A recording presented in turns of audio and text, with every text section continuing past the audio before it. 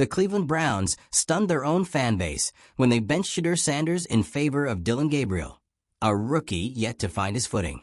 The move came without a clear explanation, igniting immediate backlash and leaving analysts scrambling for logic. Sanders had shown bursts of leadership and playmaking ability, and his removal felt less like a strategic pivot and more like a breakdown in trust between the coaching staff and its most promising asset. If you're into the real story and all the messy twists they don't show on highlight reels, go ahead and subscribe. And if you're sticking around to see how this Browns QB chaos plays out, you should definitely be subscribed. In a league where quarterback development is everything, Stefanski's move raised a deeper question. Is this coaching staff truly committed to the talent it has? That single decision set off a chain reaction. Players' body language shifted. Fans' anger boiled over. Even veteran coaches like Vrabel couldn't stay silent. The decision to marginalize Sanders feels less like a football call and more like a personal misfire that threatens to derail both a season and a career. For Cleveland, this isn't just about who starts at quarterback. It's about whether the franchise still knows what it stands for. Did not hold back. During a live broadcast, he dropped a verbal nuke on Kevin Stefanski, calling him a gimmick coach, and instantly ignited one of the most brutal public critiques the NFL has seen this season. No soft gloves, no cryptic coach speak, just a blunt, brutal takedown of a head coach who, in Vrabel's view, is actively mismanaging a team with real potential. And just like that, the Cleveland Browns' simmering quarterback controversy boiled over into a full-blown spectacle. Because Vrabel didn't just take a shot at some play-calling decisions. He hit the heart of Cleveland's identity crisis. His comment zeroed in on the decision that's been driving fans up the wall all season, benching Shedeur Sanders. This wasn't a polite disagreement between professionals. This was a shot across the bow, on live TV, from a respected coach who saw what so many others have been watching unfold in disbelief. Stefanski's insistence on sidelining Sanders while trotting out Dillon Gabriel, a rookie not ready for the spotlight, has become indefensible, especially when Sanders has already shown more energy, command, and leadership in limited reps than Gabriel has all season. And that's what makes Vrabel's words sting, because they were true. Not just in the sense that Stefanski's offense relies too heavily on scripted plays, but in how little adaptation happens once the first 15 snaps are over. This isn't just a creative offense that's struggling. It's a system that collapses once the other team adjusts.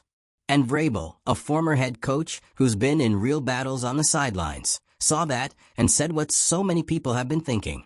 The Browns are running a gimmick system, and they're running it into the ground. Let's get one thing straight. Shedeur Sanders is not the problem here. He's the solution that's sitting on the bench while the coaching staff tries to force a scheme that doesn't fit the players they have. When Sanders is on the field, there's a different energy. You can see it. He pushes the ball, commands the huddle, reads the defense. His play speaks for itself, but apparently, it's not loud enough for the people in charge. And that's the issue. Because you don't bench your most dynamic player without a clear reason. You don't park a potential franchise quarterback for a rookie who can't adjust once the script runs dry. And you especially don't do it in a season where the window is closing fast and the fan base is already on edge. So why is Stefanski doing it? That's where the speculation starts to snowball. Some think it's pride, an unwillingness to admit the plan isn't working. Others believe it's politics within the organization. But the most dangerous theory? That this is a coach who's simply out of touch, trying to cling to a system instead of building around the players who can execute. Because this isn't just about one player being benched. It's about a series of decisions that reflect a deeper problem.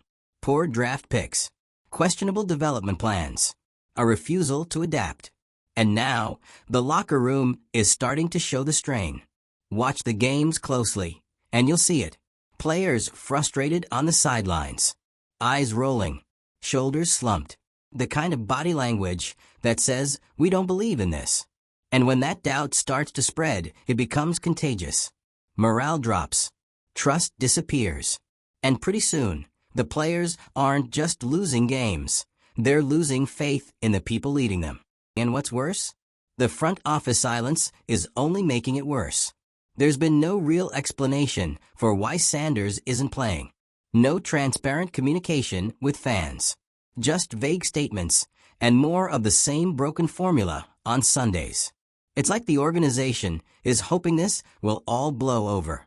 But it's not going anywhere. Not when media coverage is intensifying. Not when fans are actively calling for Stefanski's dismissal. Not when national figures like Vrabel are airing out Cleveland's dysfunction in front of millions. The quarterback position is the heartbeat of any NFL team. And right now, Cleveland's is flatlining, while the one guy who could revive it is watching from the bench. And every week he stays there, the long-term damage grows. Sanders isn't just missing reps. He's missing development. The kind of growth that can only come from real-time play, from making mistakes, from learning the speed of the league. Those are the lessons he should be getting right now.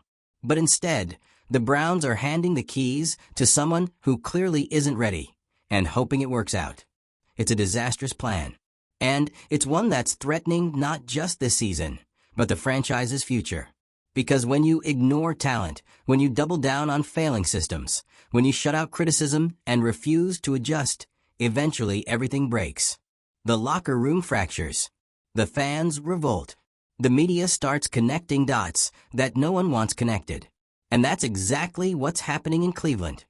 The Browns aren't just losing games, they're losing credibility.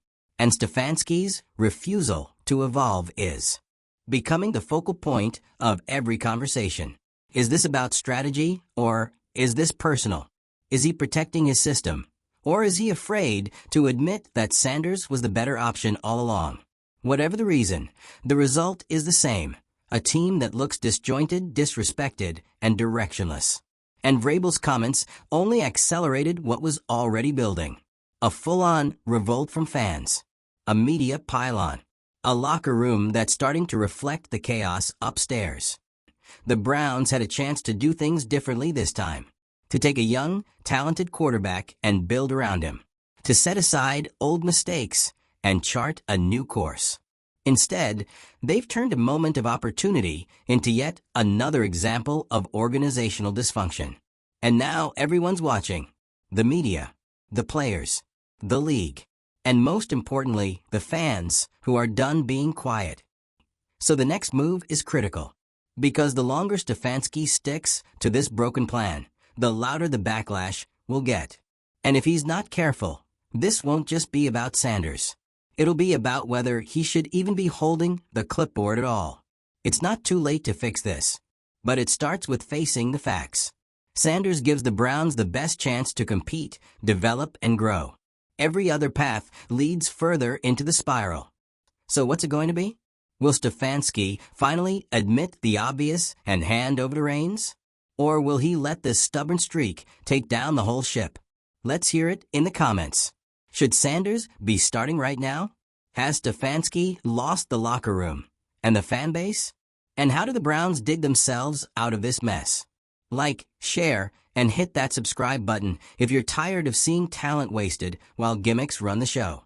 Because as long as coaches keep making baffling decisions, we'll be right here breaking down every last one of them. Stay tuned, this one's not over. The chaos swirling around the Cleveland Browns right now isn't just another weekly NFL drama. It's something far more corrosive. Something that cuts to the core of what makes a franchise sink or survive. And at the center of it all is Kevin Stefanski, holding tightly to a playbook that's unraveling by the quarter, while Shedeur Sanders, arguably the most electric quarterback on the roster, remains glued to the bench. Let's be blunt. This isn't just a bad call. It's organizational malpractice. Every week Sanders is benched is another week wasted. Another week where Cleveland drifts further from progress and deeper into dysfunction. And for what? To protect a coach's pride?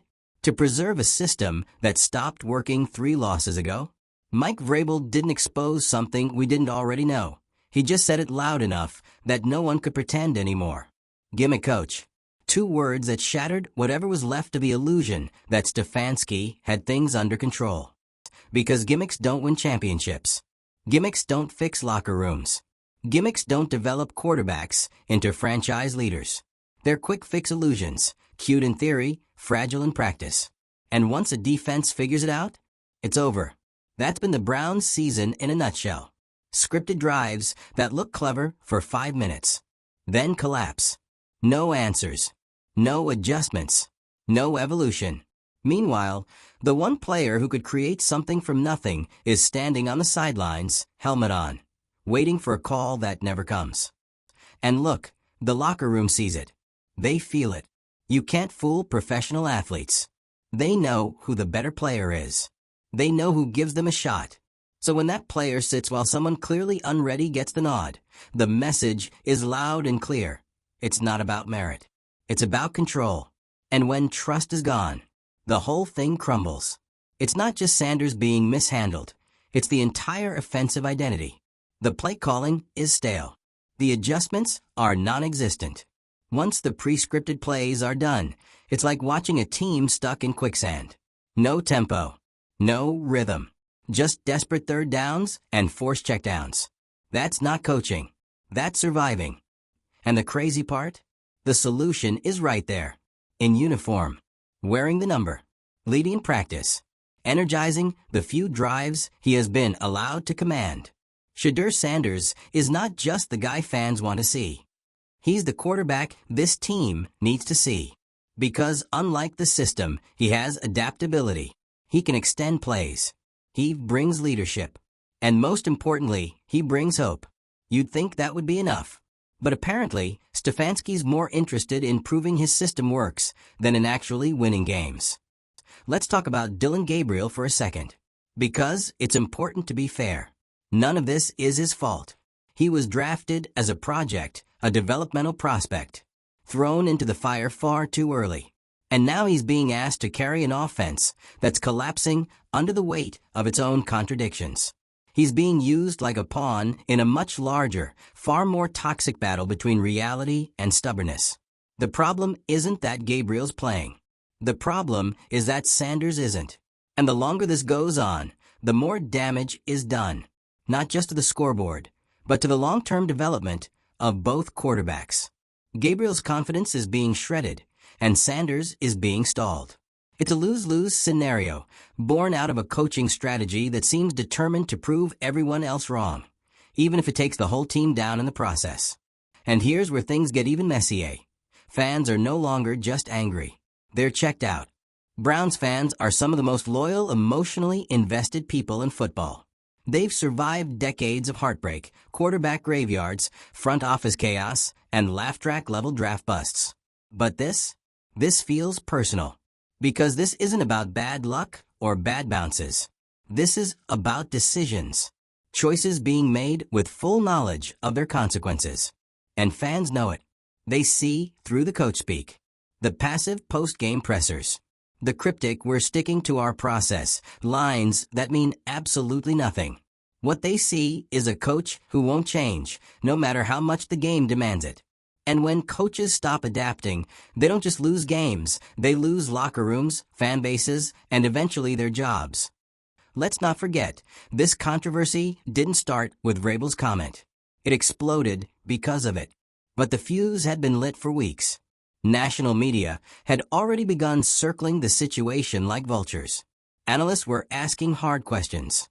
Former players were hinting at deeper issues. And fans? They've been screaming from the rooftops. Vrabel just turned the volume up. And honestly, the NFL needed to hear it. Because when a respected, no-nonsense coach like Vrabel goes public with that kind of criticism, it sends a message to the entire league.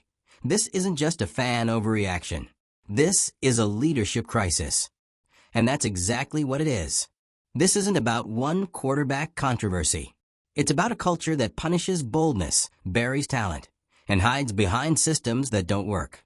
And if ownership doesn't step in soon, the damage will become permanent.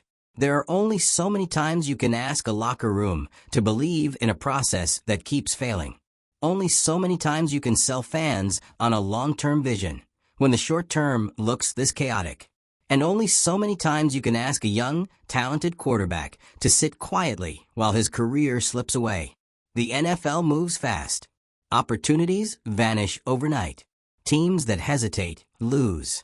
Coaches that can't evolve get left behind. And franchises that mishandle their stars, they go back into rebuilding mode. Over and over. Again. Right now, the Browns are sprinting toward that cliff. And what's most painful is that this didn't have to happen. There was a clear path. Start Sanders. Build around him. Let the offense evolve with him. Embrace the chaos he can control. Give him the reps, the confidence, the stage. Instead, we're watching a coach cling to control like a lifeboat, while the entire roster goes down with the ship. And that's the final gut punch. Stefanski still thinks he can fix this without changing. That maybe one more scripted drive, one more tweak, one more week with Gabriel under center will turn everything around. But it won't. It hasn't. And every delay makes the turnaround harder. If you're still defending this coaching decision, you're not watching the same games everyone else is. And you're definitely not hearing the locker room, the media, or the fans, because they're all done waiting. So where do the Browns go from here? The answer is simple. Start Sanders. Not next week. Now. Give him the playbook. Give him the huddle. Let him lead. And if Stefanski can't make that call, then maybe it's time someone else does. At this point, there's no sugarcoating it. What's happening in Cleveland isn't just a quarterback dilemma. It's a credibility crisis. Every week Shedeur Sanders remains benched. The trust in Kevin Stefanski erodes. Not just from fans, not just from media, but from inside that building. From the locker room. From players who lace up on Sundays knowing they're walking into battle with the wrong leader at the helm. The unease is palpable. The silence is deafening. And the damage? It's already underway. Let's cut through the noise. This isn't about waiting until he's ready. Sanders has been ready. The glimpses he's given, the command, the vision, the mobility, aren't flashes of future potential. They're proof that he should be the present. But instead, the Browns are doubling down on a playbook that's collapsing in real time. And as the scripted plays fail, as the opposing defenses adjust, the only real adjustment Cleveland's making is back into obscurity. And while Stefanski continues to deflect and dodge the obvious, Vrabel ripped the curtain down in one line. Gimmick coach. That wasn't just a dig at play design. That was a statement on Stefanski's entire philosophy. His refusal to adapt. His over-reliance on pre-planned drives. His unwillingness to hand the reins to a quarterback who clearly brings more to the table than the guy currently under center. This is bigger than a failed experiment with Gabriel. It's about a team being led in the wrong direction by a coach so entrenched in his own system that he's willing to risk the future to preserve it. Every second Sanders spends on the bench is a second that could have been spent learning, growing, leading. And this isn't college. You don't get infinite time. You don't develop talent by locking it away. The Browns have been here before. Countless quarterbacks. Dozens of resets. Coaching changes. Front office swaps. The carousel is as much a part of the franchise as the logo itself. But this time was supposed to be different. This time, they had something real. A young QB with presence, talent, leadership.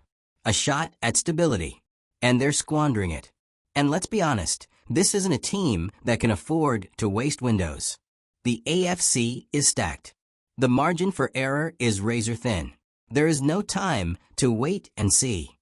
You either act decisively or get swallowed whole. And right now, Cleveland is getting swallowed, one stubborn decision at a time. But here's the twist. Stefanski still doesn't see it. Or worse, he sees it and refuses to acknowledge it. That's the most infuriating part for everyone watching. The denial. The clinging to a script that the rest of the league figured out by week 2. The insistence that we're sticking with our process, while the process is clearly unraveling in front of 70,000 fans and a national audience. Meanwhile, the locker room is cracking. You can see it in the players' faces, in the sideline reactions, in the way receivers are hesitating to celebrate, in the body language during post-game handshakes. They're professionals. They won't say it out loud. But they don't have to. The message is already there. We don't believe in this anymore. And that's what Vrabel was really pointing to. Not just bad play calling. Not just missed throws. But a complete disconnect between coaching and reality. A head coach refusing to read the room, refusing to read the field, refusing to read the moment. The NFL doesn't give you many of those moments. When you have a quarterback who could change your future, you play him. You build around him. You believe in him. You don't stash him behind a project and pray for your scheme to magically start working again. Because schemes don't win games, players do. Coaches who succeed in this league know when to lead and when to listen. And right now, Stefanski isn't doing either. So where does this leave the Browns? In limbo, caught between the coach they have and the team they could be. Between the quarterback they're starting and the quarterback they should be developing. Between a season they could save and one they're actively throwing away. And the consequences? They're not theoretical. They're showing up in every metric that matters. Scoring? Down. Third down conversions? Miserable. Red zone execution? Abysmal. Locker room morale? You don't need a stat sheet to see where that's headed. It's a death by stubbornness. And while fans scream for change, while analysts light up broadcasts and comment sections with breakdowns of exactly why this offense is failing, Stefanski stays the course like a captain steering a sinking ship deeper into the storm. For what? To prove he was right? Because here's the harsh truth. At this point, even if Stefanski does switch to Sanders, it won't be because he believes in him. It'll be because he's backed into a corner, forced by public pressure, media scrutiny, and the ticking clock of his own job security. And that's a terrible position to put any young quarterback in. Shedeur deserves more than that. He deserves to be handed the keys because he's earned them, not because the alternative has imploded so badly that ownership had to intervene. And make no mistake, intervention is coming, because ownership is hearing it too. The headlines, the criticism, the complete lack of direction. And when your franchise starts looking like a punchline again, decisions get made quickly, especially when the word gimmick becomes part of your national brand. The Browns can still salvage this season, but they have to do it now. Not next week, not after another loss, not after another broken press conference. Now, that means Stefanski swallowing his pride. That means the front office demanding answers. That means giving Sanders a chance to lead, not out of desperation, but out of recognition that he should have been leading from the start. And if Stefanski can't do that, then maybe Vrabel's not just calling out a coach. Maybe he's forecasting the inevitable. Because when you ignore talent, you lose games. When you ignore players, you lose locker rooms. And when you ignore reality, you lose jobs. So here we are. Another week, another painful press cycle, another wasted opportunity. But it doesn't have to keep going like this. Start Shedeur Sanders, reclaim the locker room, regain the fan base, and start acting like a franchise that actually wants to win. Before it's too late, drop your thoughts below. Do you think Stefanski's lost the team for good? Has Shedeur already proven he's the right choice? And what will it take for the Browns to finally stop sabotaging themselves? Like the video if you're as fed up with gimmick coaches as the rest of us. Share it with every Browns fan still holding out hope. And subscribe if you want the breakdowns to keep coming. Because this saga, it's far from over.